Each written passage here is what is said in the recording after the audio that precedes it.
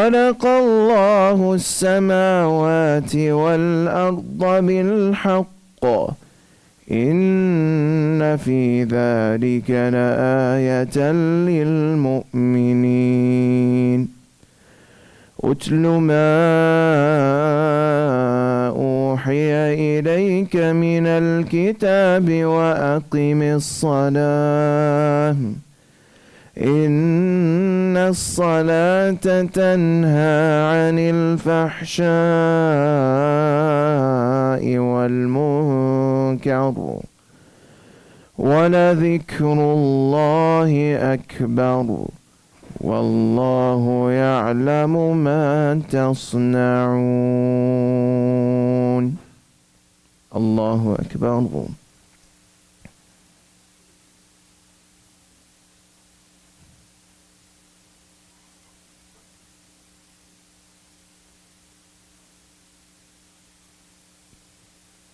سمع الله لمن حمده.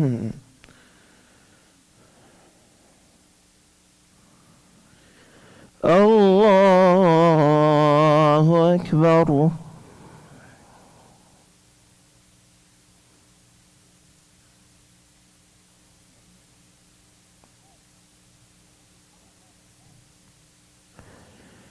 الله أكبر.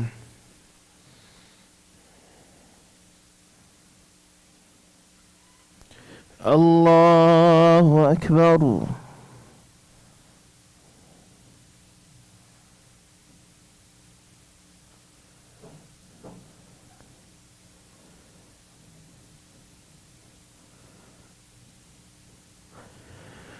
الله أكبر. الحمد لله رب العالمين الرحمن الرحيم مالك يوم الدين إياك نعبد وإياك نستعين اهدنا الصراط المستقيم صراط الذين أنعمت عليهم غير المغضوب عليهم ولا الضالين.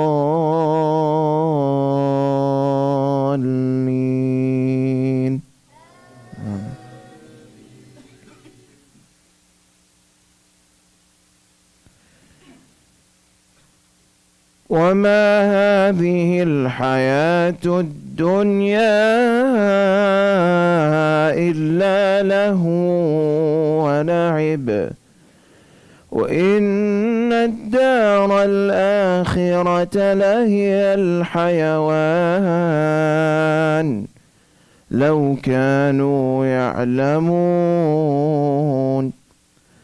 فإذا ركبوا في الفلك دعوا الله مخلصين له الدين فلما نجاهم إلى البر إذا هم يشركون ليكفروا بما آتيناهم وليتمتعوا فسوف يعلمون. أولم يروا أنا جعلنا حرما آمنا ويتخطف الناس من حولهم أفبالباطل يؤمنون وبنعمة الله يكفرون. ومن أظلم ممن افترى على الله كذبا أو كذب بالحق لما جاءه أليس في جهنم مثوى للكافرين والذين جاهدوا فينا لنهدينهم سبلنا وإن الله لمع المحسنين. الله أكبر.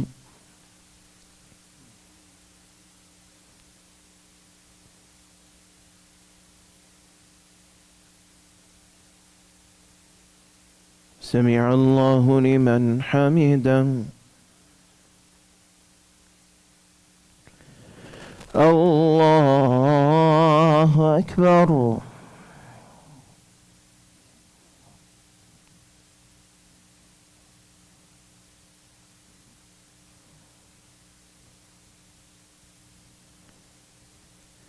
الله أكبر.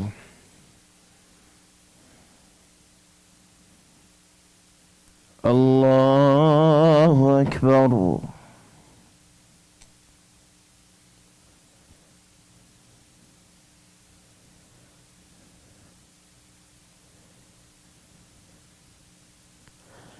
الله أكبر.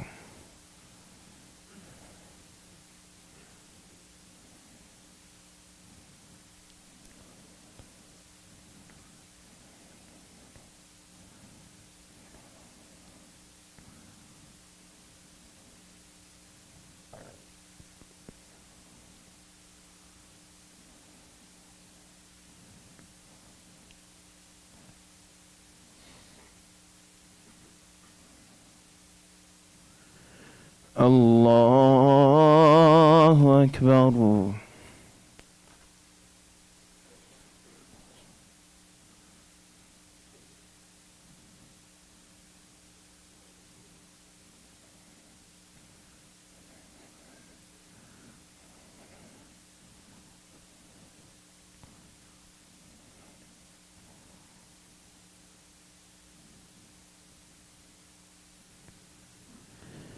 الله أكبر.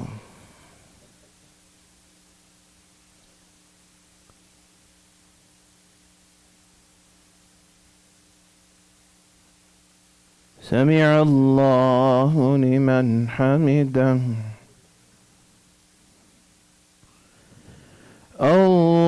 الله أكبر.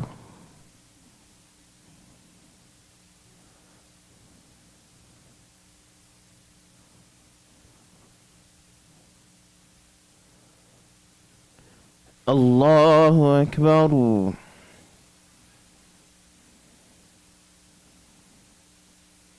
الله أكبر.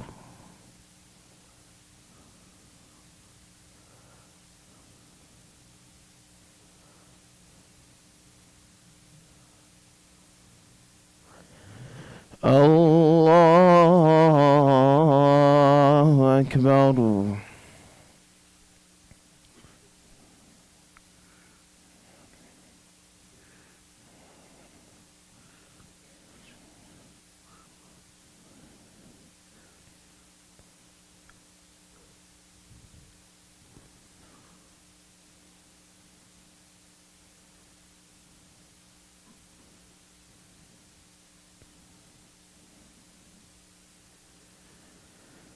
الله أكبر.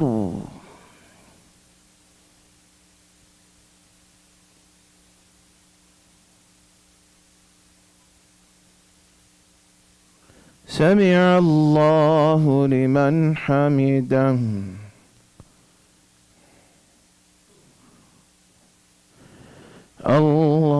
الله أكبر.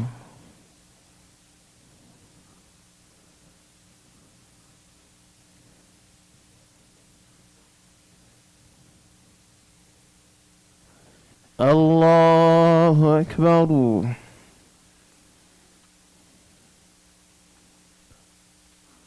الله أكبر.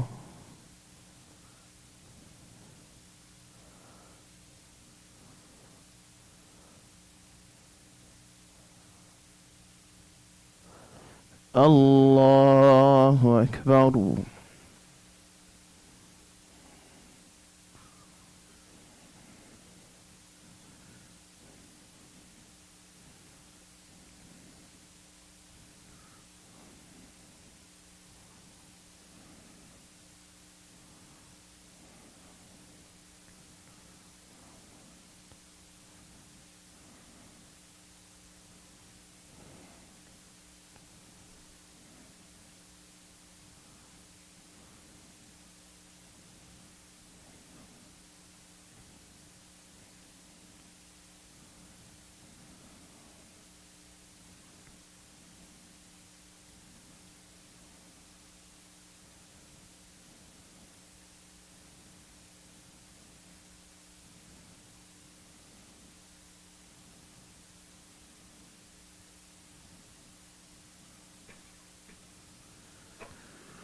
السلام عليكم ورحمة الله.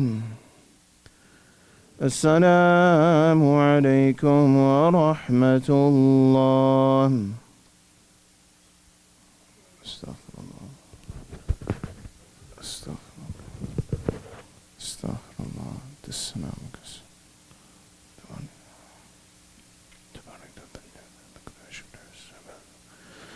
الله لا إله إلا هو الحي القيوم لا تأخذه سنة ولا نوم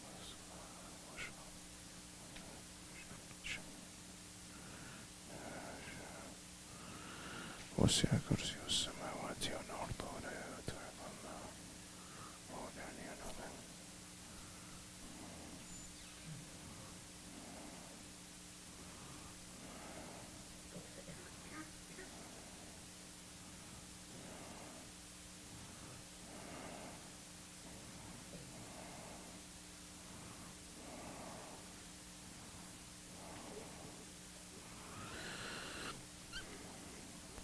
بسم الله الرحمن الرحيم. الحمد لله والصلاة والسلام على رسول الله وعلى آله وصحبه ومن والاه وبعد.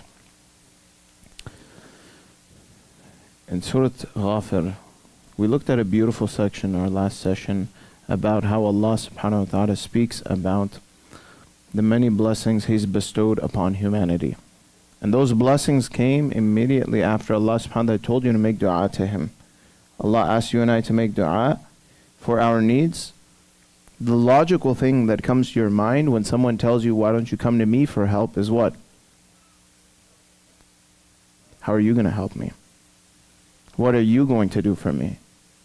Imagine, as human beings, we experience our lives with many needs and necessities. And whenever we accidentally express our hopelessness and helplessness in front of people, people feel obliged to offer their help. Does this happen or no? Yeah? You stand out with a flattened tire, people come across, what do they say? Hey, do you need a hand? Well, you think in your head, what are you going to do? What can you do? How can you lend yourself to assisting me in this situation? So Allah subhanahu wa ta'ala, after He tells you and I, رَبُّكُمُ ادْعُونِي قَالَ رَبُّكُمُ ادْعُونِي أَسْتَجِبْ لَكُمْ. Allah subhanahu wa ta'ala says, call upon me, I shall come to your aid. I shall accept your dua. Right after this section, Allah subhanahu wa ta'ala tells you and I about what it is He's already done. If we can begin to recapture in our minds the many things Allah has done for us already, then it's a no-brainer that you would return back to Him for further aid and assistance. You've already taken Allah's help because you weren't even able to ask Him for His help, and He gave it to you anyways. You weren't even able to ask Allah subhanahu wa ta'ala to sustain you when you were a baby, whenever it is that you were in your wombs. وَصَوَّرَكُمْ, when Allah subhanahu wa ta'ala gave you your structure, Allah subhanahu wa ta'ala gave you your form, Allah subhanahu wa ta'ala gave you the best of intellect, the best of intuition, the best of flavor, the best of taste, the best of desires. Allah subhanahu wa ta'ala gave you all of that before you could have even asked Him, before you even knew those things existed. So He came to your aid at a time when no one else can come to your aid. And that is before you even knew you needed His help. He helped you. وَرَزَقَكُم مِّنَ الطَّيِّبَاتِ, and Allah subhanahu wa ta'ala gave you from His many pure forms of sustenance, of food, of drink, of lifestyle, of comfort, of luxury, and of blessings and bliss. After this section, Allah subhanahu wa ta'ala doesn't end talking about His blessings. He takes it further back. And He talks about how it is that if you zoom out the macro, you look at every single human being's life, what is the nutshell, what is the take-home message when we look at all of human lives? Allah subhanahu wa ta'ala tells us that it's not just you that's being taken care of. Take a step back and realize that this is being done for an endless amount of creatures. Right? When someone in this dunya renders you a great amount of assistance, you're personally grateful to them, but in your head you never conceive that they can do that for everyone else. You always find yourself to be special. Oh, mashallah, brother helps me out all the time. You know brother doesn't help out everyone all the time, he just helps you for a specific reason. But Allah subhanahu wa ta'ala is telling you and I to zoom out. a little bit. First and foremost, He calls Himself Huwa al-Hayy. Allah subhanahu wa ta'ala is the one that's always living.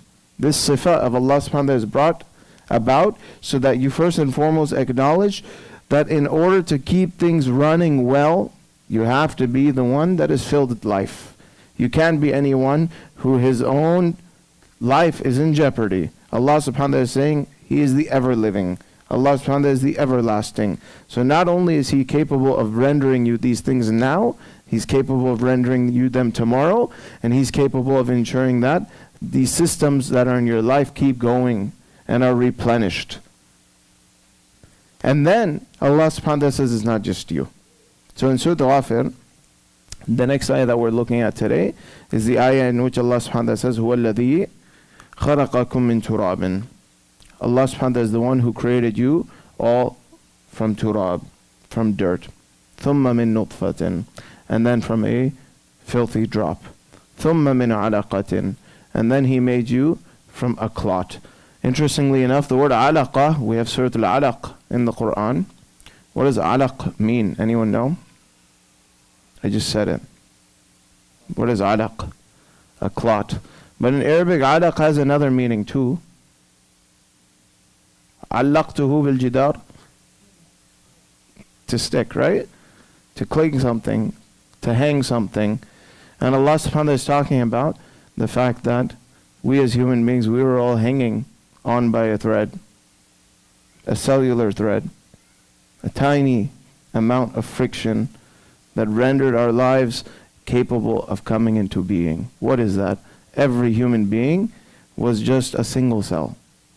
And that cell was hanging onto his mother's uterine wall. Who was the one that suspended and ensured that it stayed in that place? Allah subhanahu wa ta'ala. That's why He named a beautiful surah called Surah Al-Alaq. خَلَقَ الْإِنسَانَ مِنْ عَلَقٍ. So how feeble is your existence today? You ask me to mount a TV, I can't ensure that it won't fall. I have to call the experts. I'll get the big bolts that go into the studs, but I still don't trust my work.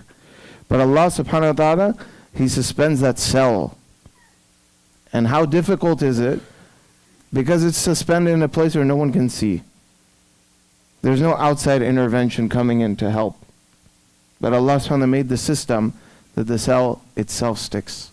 So He made you from that clump of cells, or that clot, or from that suspended cell that's hanging onto the side of his mother's womb. ثُمَّ يُخْرِجُكُمْ طِفْلًا. And Allah talks about all these stages. He doesn't tell us how much difficulty was in the intermediary, when we were just dust, when we were just particles, we were just matter, we were just atoms. The substance that makes up dust, of course, we're made of the same substance. Scientifically too, we're just made out of carbon, right? Which dust and dirt is made out of as well. And then He made you from a drop. How difficult was the conception of the human being from that drop into that clot? You guys, mashallah, have many medical experts, so I shouldn't preach.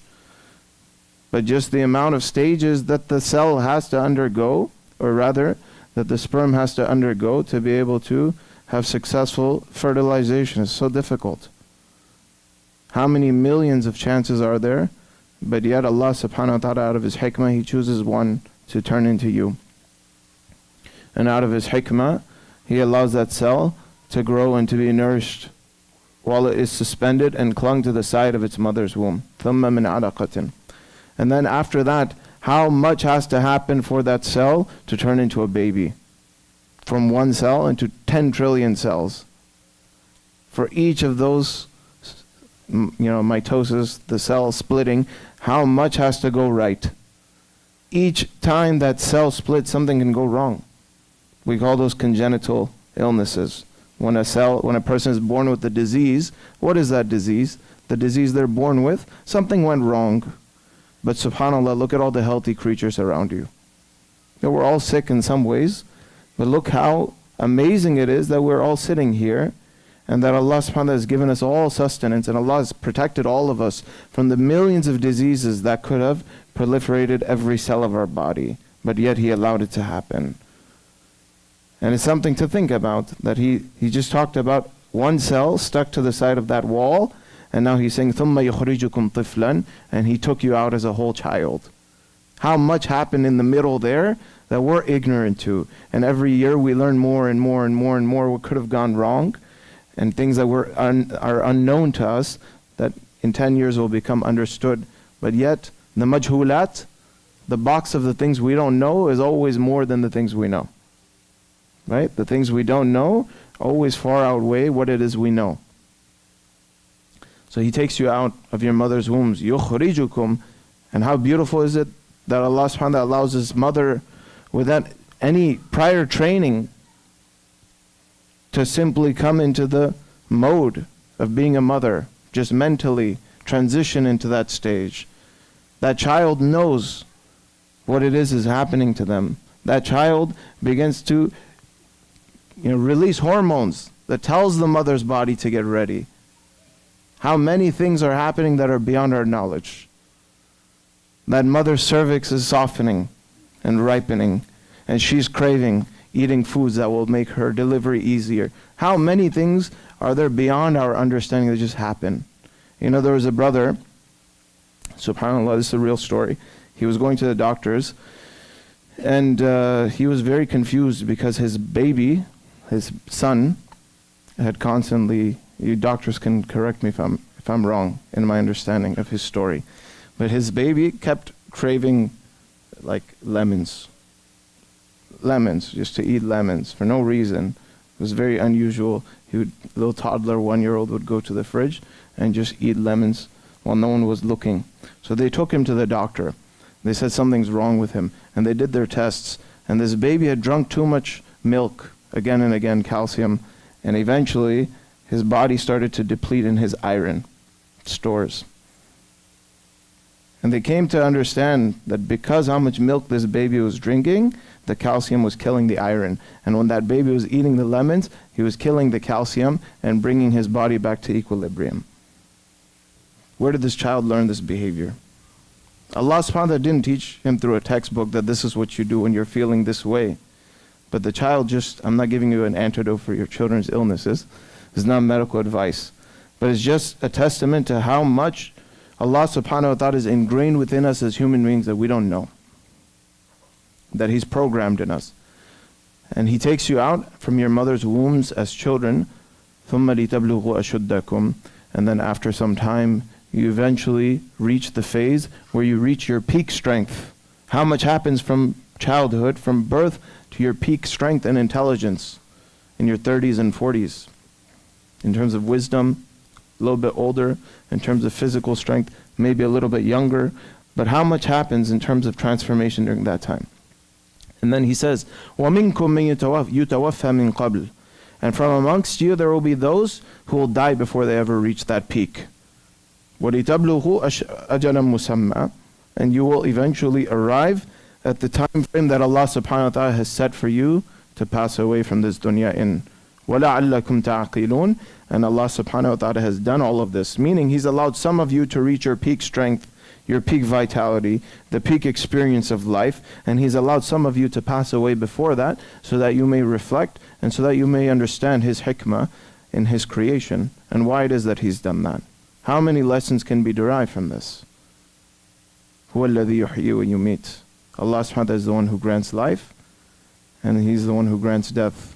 فَإِذَا قَضَى أَمْرًا فَإِنَّمَا يَقُولُ لَهُ كُن فَيَكُونُ.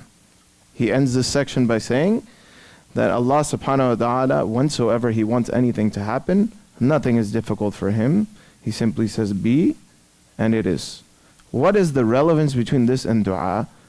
The relevance is obvious, and that is, it is completely beyond us how many things Allah is doing every second, every nanosecond. No matter how small we divide time into billionths of a second, how much is Allah doing in that moment? Is always going to be beyond our understanding. And how precise is Allah subhanahu wa ta'ala's plan being executed during that time frame? When you have a boss, the boss can control you, relatively speaking, but whenever he has to go to the bathroom, you can mess around, right? Whenever it is that he has to take a call, you can mess around. If you have a better boss, then maybe he's not going to go to the bathroom for very long, but maybe he'll turn around for 5 seconds, and you can mess around. But what in this universe can escape Allah subhanahu wa ta'ala's oversight? Not even for a nanosecond, not even for a blink. Our blinks are slow. When you blink, how fast is light traveling? The light will travel from here to the other side of the US in the course of your blink. Even that isn't beyond Allah subhanahu wa ta'ala's measure. So if you understand how precise His system is in action, then why is it that you would at all hesitate to make dua to Him and think that it's too difficult, the time isn't right, it isn't going to work? No. If Allah wants it to work, so be it. He will simply say be, and it will be. So we ask Allah completely, wholly, not relying upon our inability, not relying upon our weakness, not relying upon our capacity as human beings, but we call upon Allah subhanahu wa ta'ala with His understanding, and we call upon Allah subhanahu wa ta'ala with His hikmah, and we call upon Allah subhanahu wa ta'ala with His ilm, that Ya Allah, aslih walana. Oh Allah, fix our condition. Because that's not difficult for Him. We make dua to Allah subhanahu wa ta'ala to rectify the condition of the entire Muslim ummah.